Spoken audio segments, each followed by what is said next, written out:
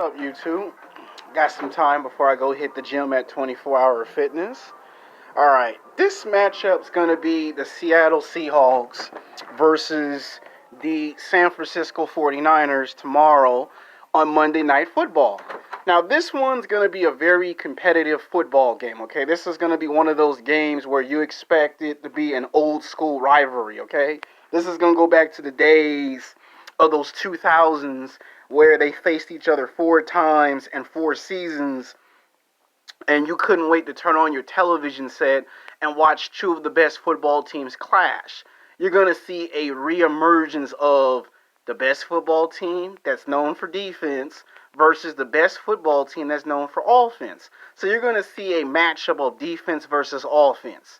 Now, Russell Wilson is going to come in a situation where he's going to have to play all 4 quarters of a football game if he really wants to win in San Francisco. He's going against a situation where he's going against a team that's bigger, stronger, faster, and can play on both sides of the football. The 49ers can play offense and they can play defense. And Wilson's going to have to play all 4 quarters with near to perfect accuracy. This is one of those situations where he can't just come in the pocket and just throw the football. He's going to have to now have options. Go to the right, go to the left, go up the middle. He might have to call timeout 2 or 3 times. He might have to throw the football or run into the end zone himself. This is going to be one of those games where he's going to be exerting a lot of energy in this football game. He's not going to be able to just sit there and just throw the football. He might get sacked for maybe 5, 6, 7 times in this football game. And he can't just score 1 or 2 touchdowns and then think that's it. Because history has it that when they're up by 10 or 20 points, somewhere in that 3rd or 4th quarter, he gets complacent, and then he lets a team that was down by 10 or down by 20 make this legendary comeback, and then the Seahawks lose the football game. Or they still win the football game, but then it's a close score. You know, he's won 2 or 3 games, and he's going to come in a situation where he's going to have to play against a 49ers team that hasn't lost yet. And this is a 49ers team that might actually go to the playoffs.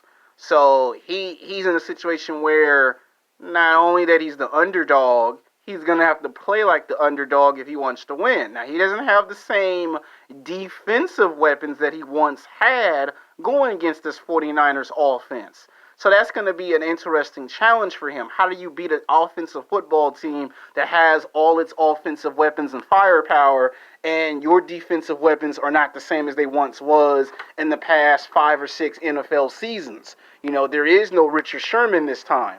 So you just can't be looking over your shoulder to see who's going to come to your rescue. This is one of those Wilson's going to have to win the football game himself concepts. Now for the 49ers. The 49ers, they're in the best situation. They're undefeated.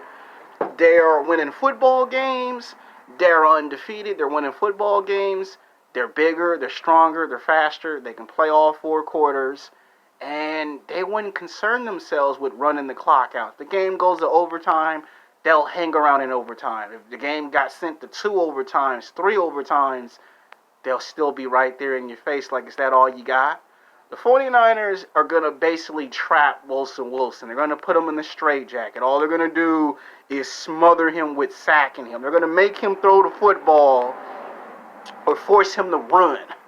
And the reason why they're going to do this is because they've played him so many times in the past. So they know what Wilson will do and what he won't do in a football game. And they notice he likes to throw. They notice he don't like to run. So they're going to make it to where he has to have options. And then they're going to take away those options. So they're going to do what they call peekaboo. And that's what it's going to be. Like the first half of the game, you think Seattle's going to run away with the game, right?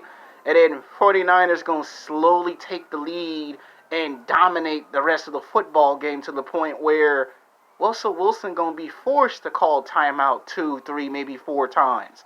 And you're going to see the pressure get turned on. 49ers is good at turning on pressure to the full maximum. It's like going into a kitchen and you can't handle the heat.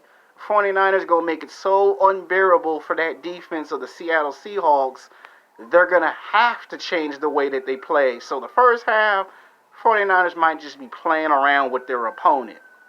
Seattle might think they're on cruise control until 49ers reveal that they're on cruise control. So if you're at home, it makes sense to say you're going to win. Now, what's the score? I think 49ers win probably 35 to like 29 or something like that. If, and this is a big if the game was to go into overtime, sorry, you can hear the, paramedics and stuff.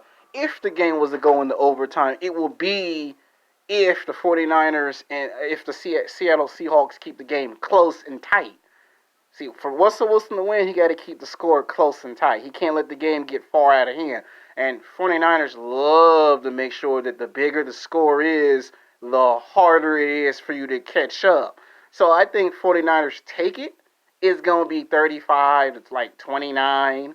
I don't think Seattle going to come in and blow a football team out like this because he ain't got the same defensive weapons like once before. If he could do the impossible, then you're talking about a stunning upset. So I just want to make this football game before I hit the gym. Until then, peace.